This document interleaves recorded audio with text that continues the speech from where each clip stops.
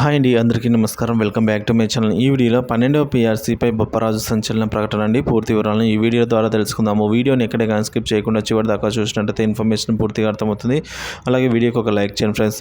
12వ PRC కమిషన్ను నియమించాలి. JAC Amaravati మహిళా విభాగ రాష్ట్ర చైర్మన్ అయితే లేఖ రాశారండి. సో తక్షణమే 12వ పీఆర్సీ కమిషన్ నియమించాలని ఏపీ జేఏసీ అమరావతి మహిళా విభాగం రాష్ట్ర చైర్మన్ పారే లక్ష్మి గారు డిమాండ్ చేశారండి. విజయవాడ రెవెన్యూ భవన్లోని శనివారం ఏపీ జేఏసీ అమరావతి మహిళా విభాగ రాష్ట్ర కార్యవర్గ సమావేశం జరిగింది.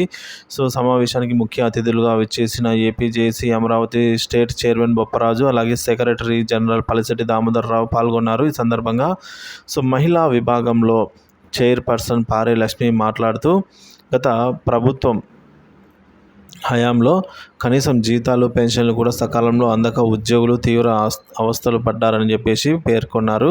అలాగే నెలలుగా జీతాలు వరుసగా 2 నెలలుగా జీతాలు 1వ తేదీ, 2వ తేదీలో అందుతున్నాయని ముఖ్యమంత్రి నారా చంద్రబాబు నాయుడు గారికి ప్రత్యేక ధన్యవాదాలు కూడా తెలిపారండి. సో ఇక మహిళా ఉద్యోగులకు ప్రభుత్వం కల్పించిన చైల్డ్ కేర్ లీవ్స్ పైన అయితే ఆర్థిక శాఖ నుంచి ఉత్తర్వులు వెంటనే ఇవ్వాలని కోరారు. గ్రామ సచివాలయం నుంచి రాష్ట్ర సచివాలయం వరకు కూడా పనిచేసే మహిళా ఉద్యోగులపై లైంగిక వేధింపులను, ఇతర వేధింపులపై ఫిర్యాదు చేసుకునేందుకు ప్రతి జిల్లా కలెక్టర్ కార్యాలయంలో ప్రత్యేక షీ బాక్సులు ఏర్పాటు చేయాలని కోరారు. ముఖ్య అతిథిగా పాల్గొన్న బొప్పరాజు, పలిశెట్టి దామోదర్ గారు మాట్లాడుతూ, కనీసం ఐఆర్ కూడా గత ప్రభుత్వం ప్రకటించలేదని, ఇప్పటికే నియమించిన 12వ పీఆర్సీ కమిషన్ రాజీనామా చేసినందున వెంటనే కొత్త పీఆర్సీ కమిషన్ను నియమించాలని కోరారు. వీలైనంత త్వరగా 12వ పీఆర్సీని అమలు చేయాలని అన్నారు. ఏపీ జేఏసీ అమరావతి మహిళా విభాగం రాష్ట్ర సెక్రటరీ జనరల్ పొన్నూరు విజయలక్ష్మి గారు మాట్లాడుతూ, త్వరలో మహిళా విభాగం జోనల్ స్థాయి సమావేశాలు కూడా నిర్వహించి తద్వారా మహిళా విభాగం